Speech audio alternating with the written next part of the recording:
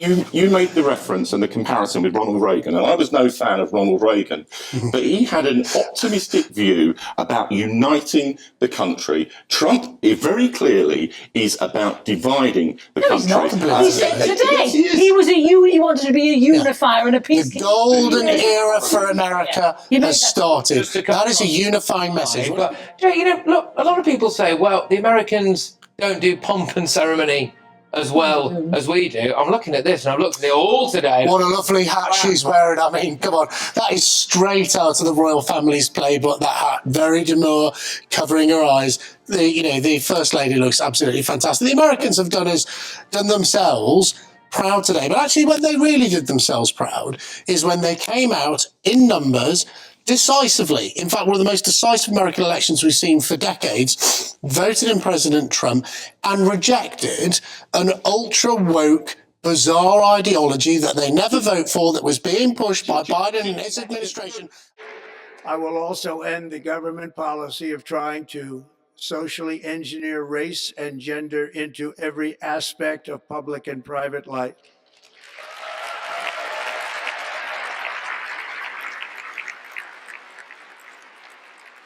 We will forge a society that is colorblind and merit-based.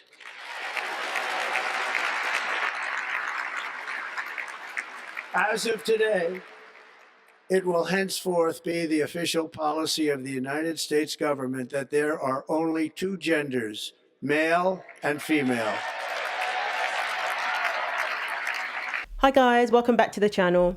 And this is a lovely day today because it is the day after Trump's inauguration, the first full day of a Trump administration, where it has been made official that we're once again restored back to sanity, where it's recognized that there are only two genders. As of today, it will henceforth be the official policy of the United States government that there are only two genders, male and female.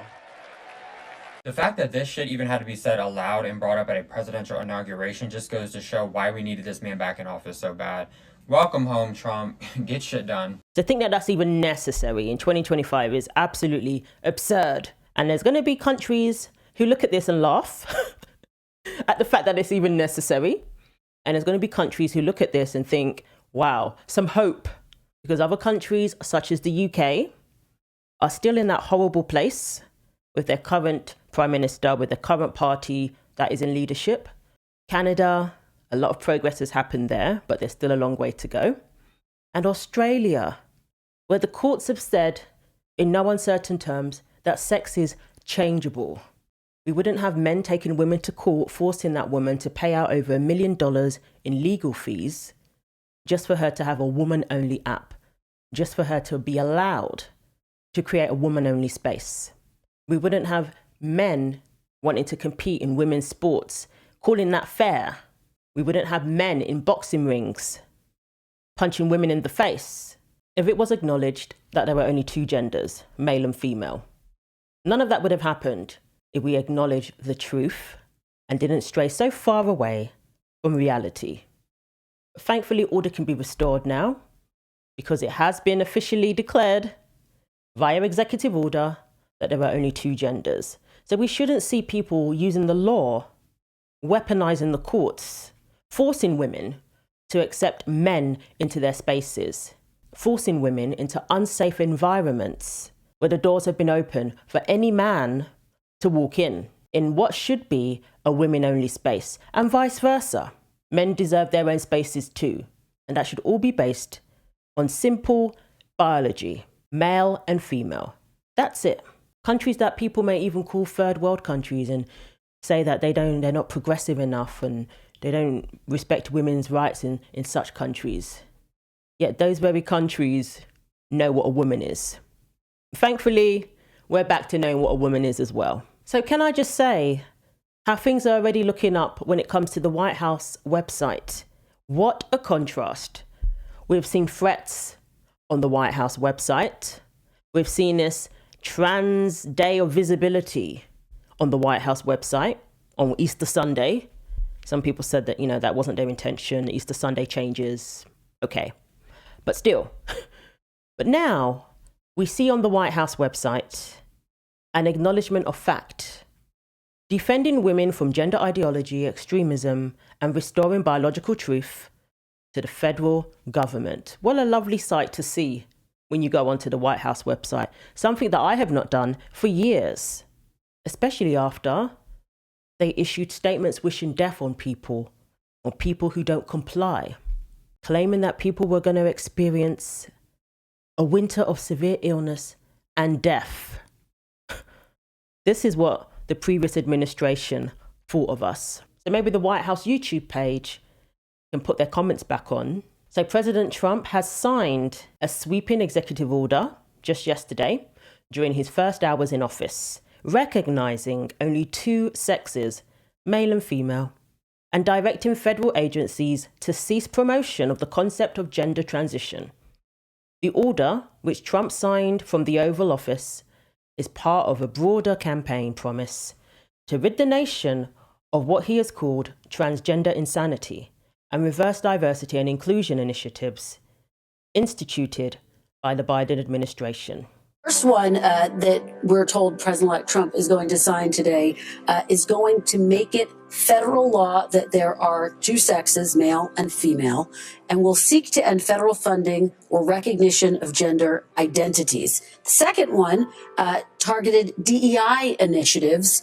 It aims to end any federal funding for DEI initiatives. Why is this significant? First of all, politically speaking, these are not his most popular positions and issues. Americans are sharply divided on this, sharply divided over whether DEI initiatives should be cut, sharply divided over whether the government is striking the right balance. The DEI, the diversity, equity, and inclusion. Thank you, Savannah. Very good point. Well, just as those efforts to make a more equitable workplace, but they've become controversial. These aren't the issues that necessarily got him elected. It was the economy, it was inflation, it was immigration. They were a part of his stump speech. Certainly, they were a part of this cultural campaign that he ran, but you're right. His biggest issues were the border and the economy. But these are issues that also help to energize his base. But again, nationally speaking, there are sharp divides around these issues. I don't think people are divided on how many genders there are.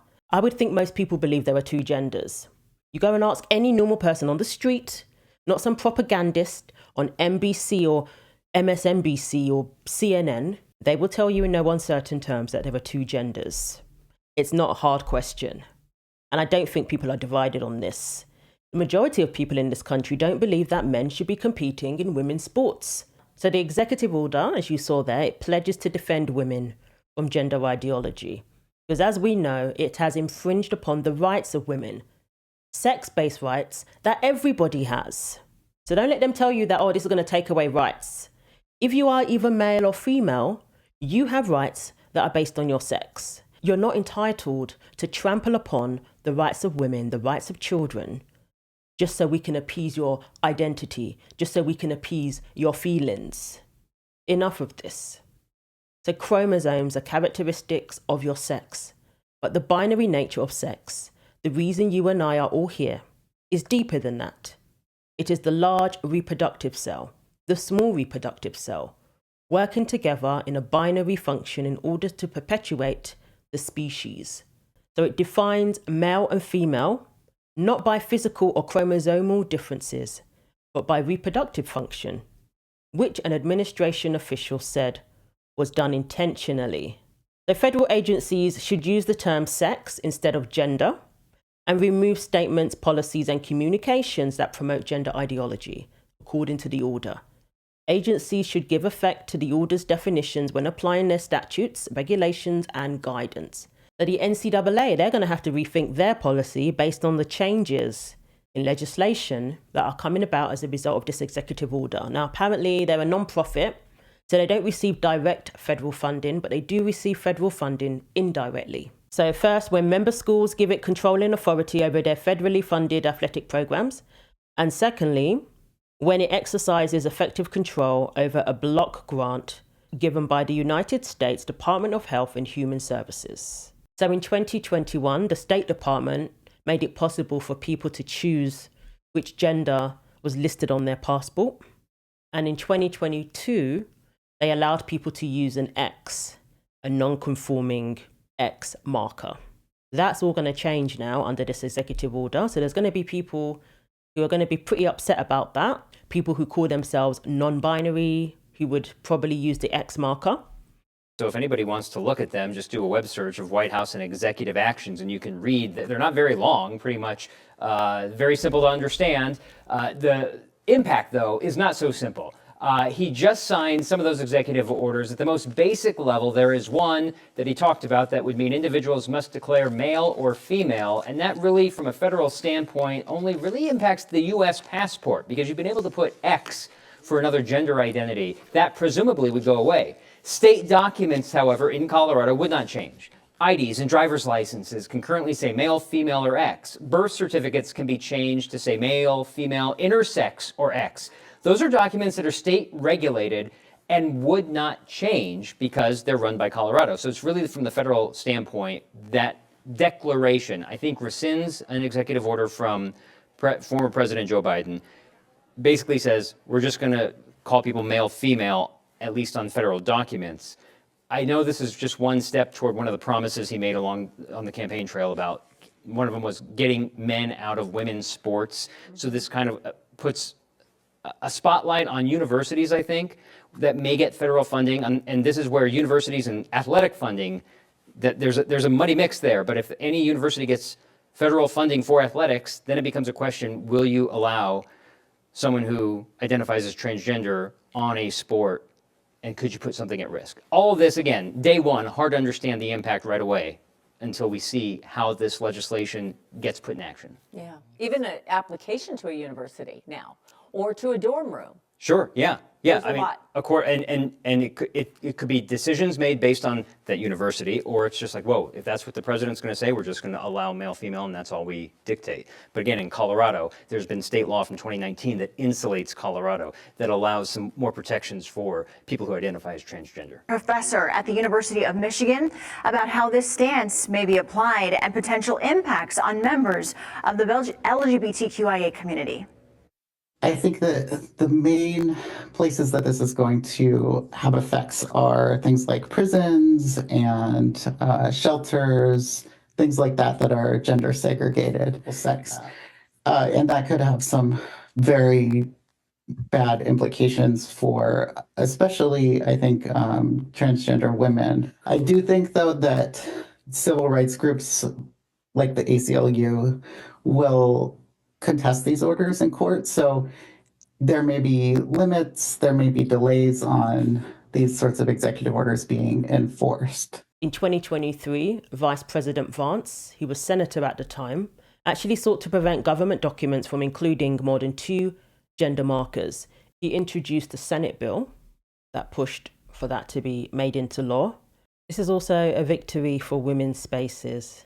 The Attorney General and the Secretary of Homeland Security have been directed to bar transgender people from government-funded, single-sex facilities that best align with their gender identity, including prisons, migrant housing, and domestic violence shelters. The stories I have done about women being trapped in cells with men have been absolutely horrendous. Shelters for women have allowed men to enter because of their gender identity. Homeless shelters for women only, crisis centers. I think it has just created a lot of risk, a lot of unknown, confusion, frustration, anger. It just has a vibe that doesn't sit right with a lot of us who work at Shakopee, because we are a women's correctional facility. The policy says that safety is an important factor, kind of reiterates that again and again before allowing a transfer to the prison. But let's just talk about a few of these inmates in Shakopee. There's Bradley Servio, he's a convicted murderer. Sean Windingland and Elijah Berryman, who sexually abused children. They're all around women now. Do you believe it is safe to move these men into an all-women's prison? I do not, Liz. We house every custody level. So we have what would be considered low-level offenders who are there on DWI charges, theft charges, drug possession. And then you bring in biological males who are violent, who would be housed at a custody level 4 facility.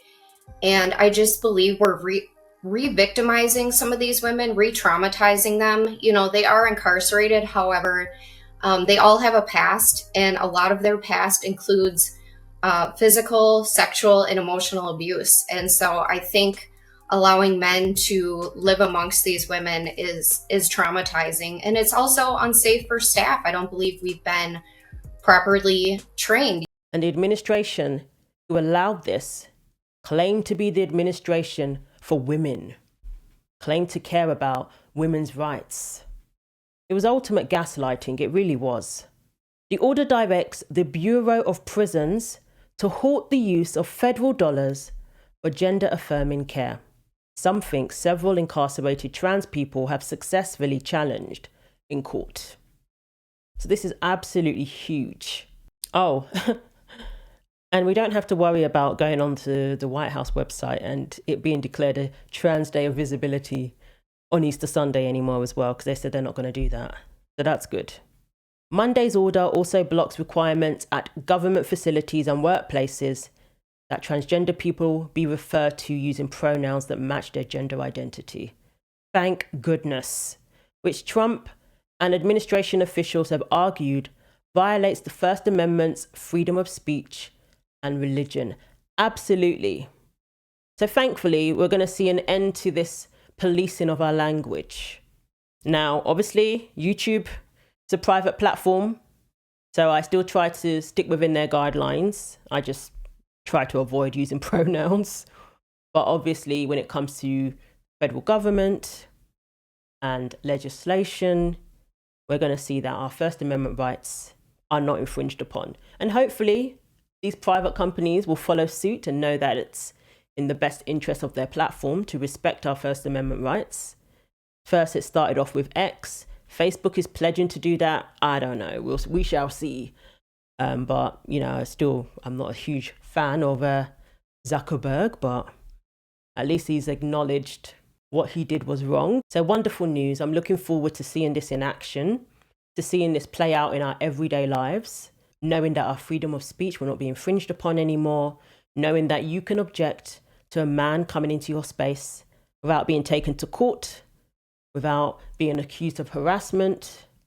And we can see that sports will remain in categories, men and women, children, whatever categories there are, weight categories, but those categories are not going to be blurred just because somebody identifies a certain way. If a heavyweight boxer wants to identify as somebody who weighs a lot less, I don't think that heavyweight boxer should be allowed to compete in the lightweight division. This is how absurd it was to say that a man can compete in a women's category simply because of gender identity. The radical woke gender ideology is dead. Trump has declared that there are only two genders, male and female. Trump announces there are only two genders, male and female. Crazy world that this is a political issue at all. I can't believe this is really happening. I fought against the gender insanity for years. I got doxxed, received hundreds of death threats, and dozens of hit pieces written about me over it. It's time to end the gender pseudoscience nonsense once and for all. The future is bright. Thank you, President Donald Trump. Truth is winning. The fact that a president needed to say there are two genders and it elicited a standing ovation shows how crazy the last 4 years have been. Absolutely. We have really been put through it with the insanity surrounding the COVID response, with this whole gender thing that's been pushed on us, with the gaslighting, the propaganda that's been shoved down our throats. I hope the mainstream media have learned their lesson. I'm not too hopeful about that at the moment. I've had people who don't like Trump. I've had Democrats, liberals, all up in my comments saying they support the message, who have said that there is nothing wrong with acknowledging biology. And I believe the country is heading towards becoming more unified and respecting our differences of opinion. So thanks for watching. Like, comment and subscribe. Take care of yourselves. God willing, I will see you in the next video.